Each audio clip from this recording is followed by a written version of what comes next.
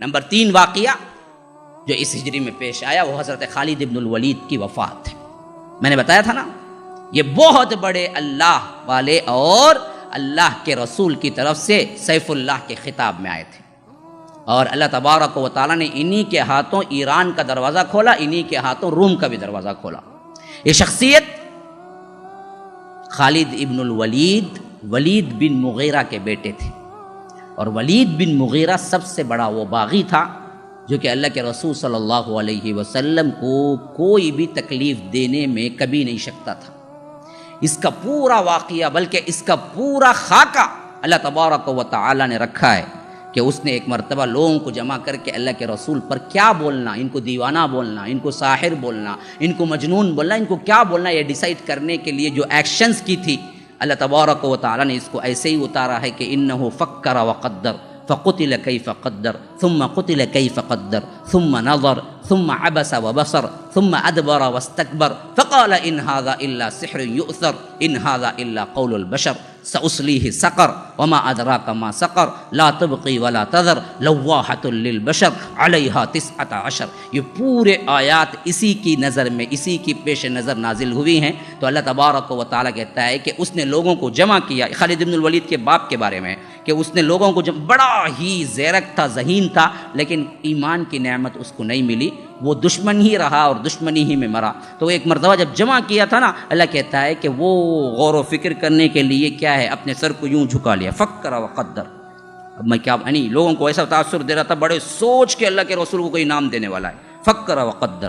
فقتل کیف قدر۔ اللہ کہتا ہے کہ خدا کی مار اس پر اس نے کیسے فیصلہ کیا، ثم قتل کیف قدر، خدا کی مار اس پر پھر اس نے کیسا برا فیصلہ کیا، ثم نظر، پھر اس نے کیا آنکھیں اٹھائی،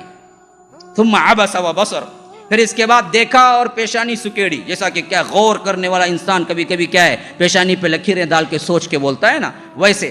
جو اس نے کیا ایکشن اللہ نے اس کو محفوظ کیا۔ ثم عبس وبصر ثم ادبر واستكبر، پھر استکبار تکبر کے ساتھ پیٹ پیچھے چل دیا۔ جو بڑے لوگ دیکھتے ہیں نا فلم میں کبھی دیکھیں، سیدھے سیدھے بات کرتا الٹا ہو جانا، انہیں الٹا ہوگا بات کرا تو بڑا آدمی کہتے، سیدھا بات کرا تو چھوٹا آدمی کہتے، صورت کو صورت دیکھ کر بات کرا تو انہیں چھوٹا آدمی، انہیں پلٹ کو یوں بات کرا تو بہت بڑا آدمی انہیں، تو انہیں کیا کیا ایسے ہی یوں پلٹ گیا، ادبر واستکبر، پھر اس کے بعد اسٹیٹمنٹ دیا اپنا، فقال ان هذا الا سحر یؤثر، نہیں بھائی اسے کوئی قرآن وغیرہ کوئی نہیں اترتا، اس پر تو کیا ہے سحر ہو گیا ہے، جادو ہو گیا، ان هذا الا قول البشر، یہ تو صرف کیا ہے کسی انسان کا کلام ہے۔ اللہ سأصلیہ سقر، ہم ضرور اسے سقر میں پکڑ لیں گے، وما ادراک ما سقر، اور تم کیا معلوم کہ یہ کیا ہے سقر، لواحۃ للبشر، جو چمڑیوں کو گلا کے راکھ کر کے نکال دے گی، جہنم۔ تو یہ اللہ تبارک خالد بن الولید کے باپ کے بارے میں آتا ہے۔ تو اللہ تبارک و تعالی نے ان کو اسلام کی نعمت دی، یہ 8 کے قریب اسلام قبول کیا، 8 ہجری کے قریب، اور اس وقت سب سے اہم نام لیے اور منظر عام پہ آئے جب 9 ہجری کے قریب میں 8 اور 9 کے درمیان میں جنگ موتا پیش آئی۔ موتا ایک ایسی جنگ ہے، موتا ایک جگہ کا نام ہے، وہاں ایک جنگ پیش آئی جس میں صرف مسلمان 3000 تھے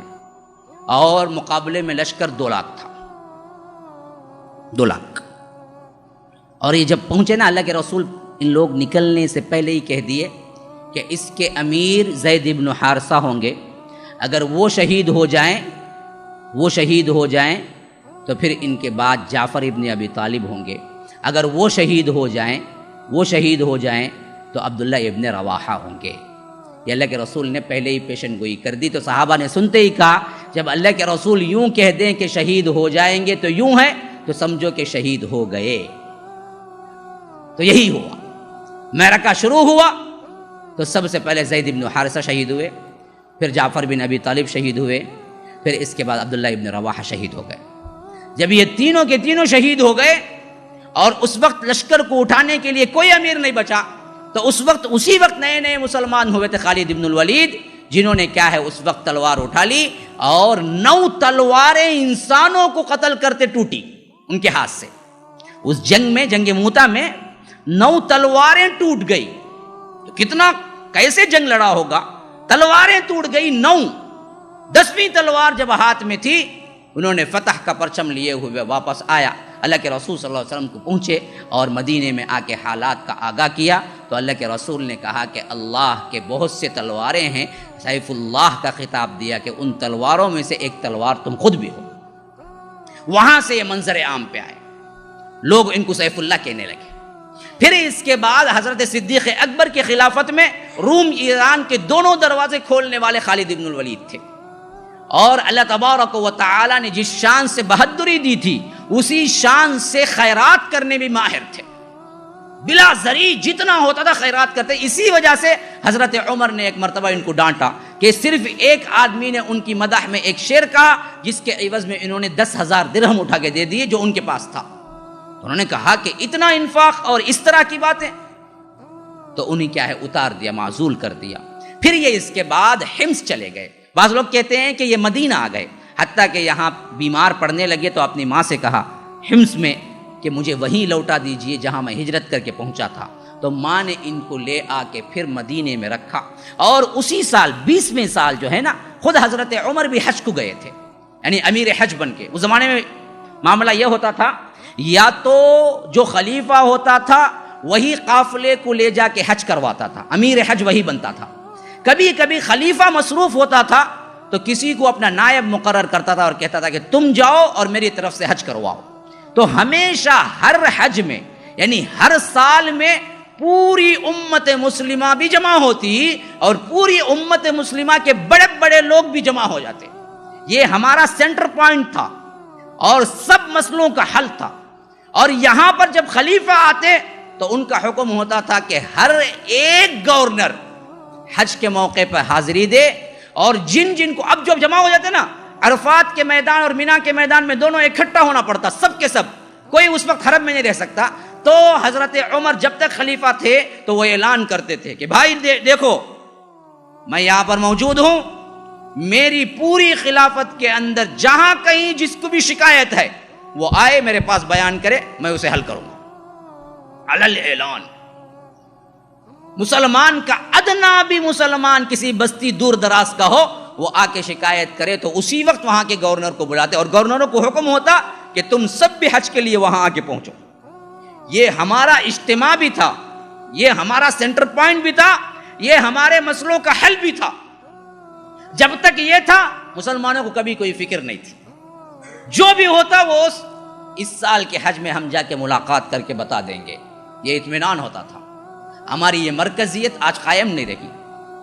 کیوں؟ ہمارے پاس خلافت بھی نہیں رہی، پھر اس کے بعد یہ نظم بھی نہیں رہا۔ تو غرض کہ اس وقت حضرت عمر نے خود حج کروایا تھا، 20 ہجری کا حج کر کے جب وہ واپس لوٹ رہے تھے تو اس وقت حضرت خالد ابن الولید نے اپنے قاصد کو بھیجا، کہا کہ جلدی سے جاؤ اور عمر سے کہو کہ میری طبیعت سخت بگڑ گئی ہے۔ تو وہ جب مدینہ اندر داخل ہوئے، خالد ابن الولید اپنی موت کے آخری دہانے پہ تھے، رو رہے تھے، اور اس کے ساتھ ساتھ خود حضرت عمر بھی رو پڑے اور کہا خالد یہ ماں سمجھنا کہ میں نے کسی رنجش سے یا میں نے کسی کیا ہے اور طریقے سے تمہیں کیا ہے ذکر پہنچایا ہے یا تکلیف پہنچائی ہے، صرف میں نے ایک کام جو تمہیں کمانڈرنگ شپ سے اتارا وہ صرف اس وجہ سے کہ لوگ دراصل تم پر اعتبار کرنے لگے تھے، ورنہ تمہارے اور میرے دل کے اندر کوئی چیز نہیں ہے جو کدورت والی یا حسد والی ہو، تم بہت اچھے ہو، نیک ہو، یہ مجھے بھی پتہ ہے۔ تو میں نے جو کچھ بھی سرزنش کی وہ ایک حکمراں کی حیثیت سے کی، لیکن آج ایک مسلمان کی حیثیت سے، ایک بھائی کی حیثیت سے کہتا ہوں کہ میرے اور تمہارے درمیان کوئی تعلق بگڑا نہیں ہے، کوئی حسد نہیں ہے، کوئی کینہ نہیں ہے۔ پھر اس کے بعد انہوں نے کہا کہ کیا بات ہے کہ میرا انگشت، میرا جسم کا ٹکڑا ٹکڑا نیزہ لگا ہوا ہے اور آج میں اونٹ کی طرح گھر کے اندر مر رہا ہوں، یہی مجھے سب سے بڑی تکلیف ہے۔ مجھے سب سے محبوب تر وہ راتیں ہیں جہاں پر کھلا آسمان ہو اور میرے ہاتھ میں تیر ہو یا تلوار ہو اور دشمن کا کوئی قافلہ ہو اور میری نئی نئی شادی ہوئی ہو اور گھر میں میرے دلہن ویٹ کر رہی ہو، ادھر اللہ کا بلاوا آ جائے تو میں اپنے کمرے کو چھوڑ کے اللہ کے لیے نکل جاؤں، یہ مجھے سب سے محبوب تر رات ہے۔ میں ایسے اللہ کے لیے لڑنے والا ہوں، لیکن کاش کہ مجھے اللہ شہادت دیتا، لیکن میں یہاں مر رہا ہوں۔ پھر اس کے بعد انہوں نے کہا کہ میرے لیے آپ میرے مال میں سے جو بھی وصیت کرنا چاہیں میں آپ کو ضامن بناتا ہوں۔ حضرت عمر کو کہا کہ آپ ضامن ہیں، آپ جو وصیت کریں گے وہی وصیت چلے گی میرے لیے، میرے مال کے لیے۔ پھر ان کو وصیت کے لیے نائب مقرر کیا، پھر اس کے بعد وفات کی اور حضرت عمر خود ان کی نماز جنازہ پڑھائی اور تدفین